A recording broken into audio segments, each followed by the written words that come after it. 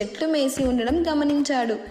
రాజుగారికి ఇది తెలిస్తే శిక్ష తప్పదేమోనని భయపడ్డాడు. తోటంతా తిరిగాడు. కంచె అంతా బాగానే ఉంది. మరి జంతువులు లోపలికి ఎలా వచ్చాయి? సూరయ్యకు అర్థం కాలేదు. ఆ రోజు నుండి ప్రతి రాత్రి సూరయ్య మాటు వేసి కాపలా కాశాడు.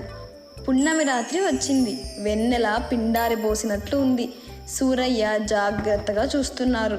ఇంతలో ఒక కాంతి నెమ్మదిగా తోటలోకి దిగింది. అది ఒక అందమైన రెక్కల ఏనుగు.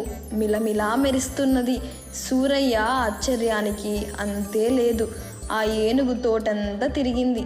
తనకు ఇష్టమైన ఆకులన్నీ మేసింది. సూరయ్య ఏనుగును నెమ్మదిగా వెంటాడాడు. ఉదయం కావస్తోంది.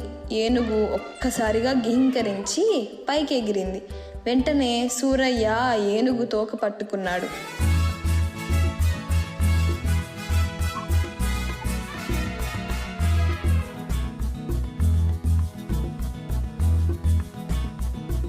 ఆ ఏనుగు ఒక వింత లోకంలోకి తీసుకెళ్ళింది.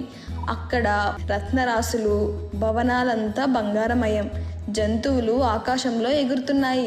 పక్షులు మాట్లాడుతున్నాయి. పాములు తోకలపై లేచి పడగలు విప్పి నాట్యం చేస్తున్నాయి.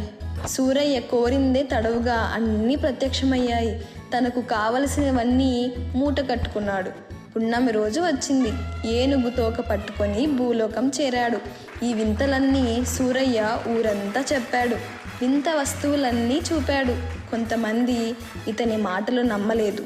వారందరినీ వింతలోకం తీసుకుపోతానన్నాడు.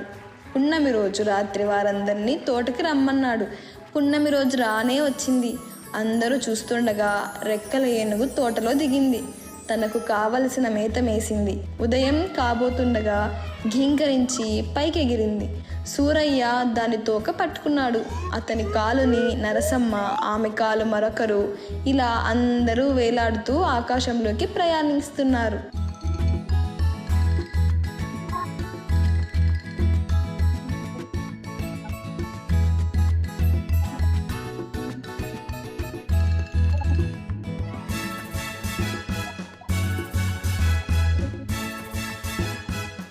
చివరిలో మల్లమ్మ వేలాడుతున్నది.